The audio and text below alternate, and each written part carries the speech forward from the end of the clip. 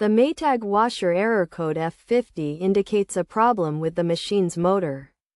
This issue can be caused by various factors, including mechanical issues, obstructions inside the washer, overloading, or a damaged or faulty motor. To resolve this issue, it's essential to troubleshoot the possible causes. First, inspect the drive belt to determine if it's in good condition or worn out, and replace it if necessary. Next, check the drum for any objects that may be preventing the motor from spinning freely and remove them carefully to avoid damaging the machine.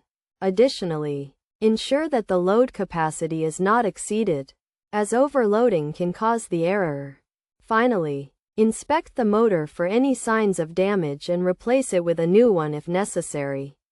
By following these steps, the error code F50 can be resolved, and the washer can function properly again.